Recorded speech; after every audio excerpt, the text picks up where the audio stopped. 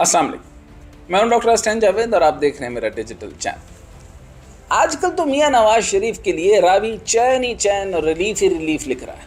बड़ी खबर यह है कि पंजाब के निगरान हुकूमत ने अल अज़ीज़िया रेफरेंस में साबिक वज़ीर आज़म और मुस्लिम लीग नून के कायद नवाज शरीफ की सज़ा मुअत्तल कर दी। रिपोर्ट के मुताबिक निगरान वज़ीर इत्तलाआत पंजाब आमिर मीर ने कहा है कि निगरान काबीना ने आइनी इख्तियारात इस्तेमाल करते हुए सज़ा मुअत्तल की। अब इसके ऊपर ज़रा नोट कर लें और अंडरलाइन कर लें कि किस हुक्म और किस हैसियत में इन्होंने इख्तियार इस्तेमाल करते हुए सज़ा मुअत्तल की। इंटरिम गवर्नमेंट है, याद रखिएगा। क्रिमिनल प्रोसीजर कोड के सेक्शन 401 के तहत नवाज शरीफ की सज़ा मुअत्तल की गई।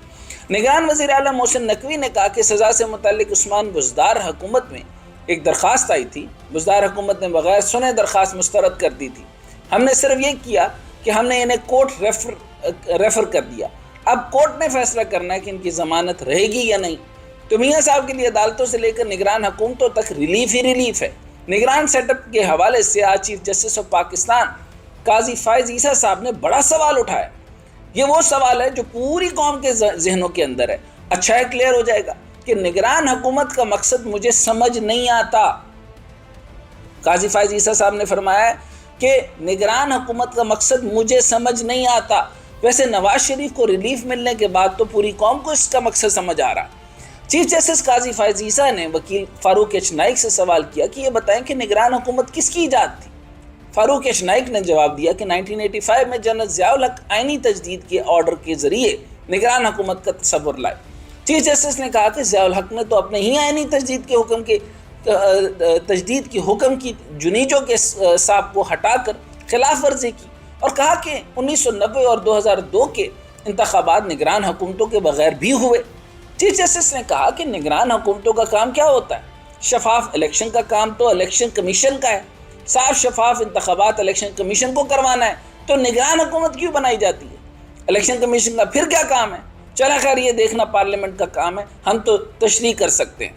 ये जस्टिस फ़ाइज़ ईसा साहब का ये अपना ज़ाती स्टाइल है। वो हमेशा बड़े ज़बरदस्त स्वंगर मारते हैं एंड पे कि चलें हम तो सिर्फ तशरीह कर सकते हैं, लेकिन वो तशरीह बड़ी ज़बरदस्त पापड़ तोड़ किस्म की होती है। बहरहाल, चीफ जस्टिस पाकिस्तान का कहना था कि निगरान हुकूमत का मकसद मुझे समझ नहीं आता, लेकिन इस सिस्टम के तहत हम चल रहे हैं, लेकिन सिस्टम तो लगता है सिर्फ नवाज शरीफ के हक़ में ही चल रहा है। वैसे ये भी आपको बताते चलें कि ज़ियाउल हक की ज़ियाउल हक के बनाए गए निगरान सेटअप का नवाज शरीफ भी हिस्सा थे।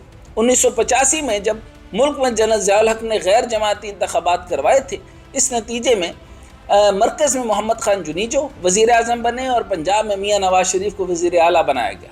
मियाँ साहब जनरल ज़ियाउल हक के परस्तार थे और खुलकर कहते थे कि ज़ियाउल हक साहब भुट्टो साहब से बेहतर हैं। ज़ियाउल हक ने इस मुल्क की बड़ी खिदमत की है और वो मुल्क को तबाही के किनारों पर जो चला गया था, उन्होंने इसकी मईशत को दोबारा बहाल किया और इनकी वफ़ात के बाद इनके मिशन को जारी रखने का अहद भी किया, एडा ओ इर्तगुल।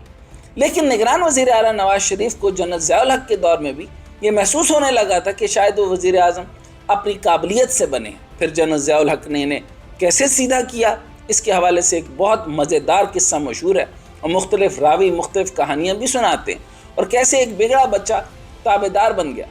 ये कहानी भी हम आपको सुनाएंगे, लेकिन इस वक्त तो निगरान सेटअप्स लेकर हर तरफ मियाँ नवाज शरीफ के लिए रिलीफ ही रिलीफ है।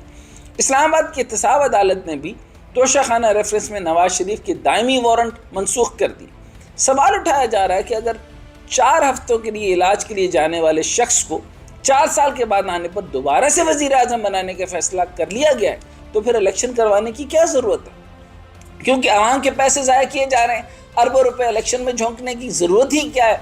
जो 2023 के बजट के मुताबिक आम इंतखाबात के लिए 48 अरब रुपए यानी 48 अरब रुपए मुख्तस किए गए, ये पैसे ज़ाया करने की क्या ज़रूरत है? और फिर जो इलेक्शन कैंपेन पर सियासी जमातें अरबों रुपए खर्च करेंगी, इसका तो कोई हिसाब किताब नहीं। एक क्राइटेरिया तय कर लें, हर सियासी जमात को कहें कि वो मीनार पाकिस्तान में सबसे बड़ा जलसा करवा के दिखाएं।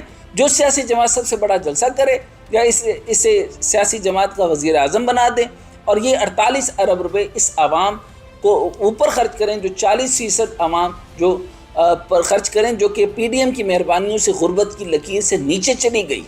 तो मियाँ साहब ने डायरेक्ट वज़ीर आज़म बनवाओ तो पैसे बचाओ, ویسے میں تو کہتا ہوں کہ کوئی راستہ نکال کر میاں صاحب کو تاحیات نگران وزیر اعظم بنا دیں اور قصہ مکائیں اور ملک کو ترقی کی راستے پہ چلنے دیں۔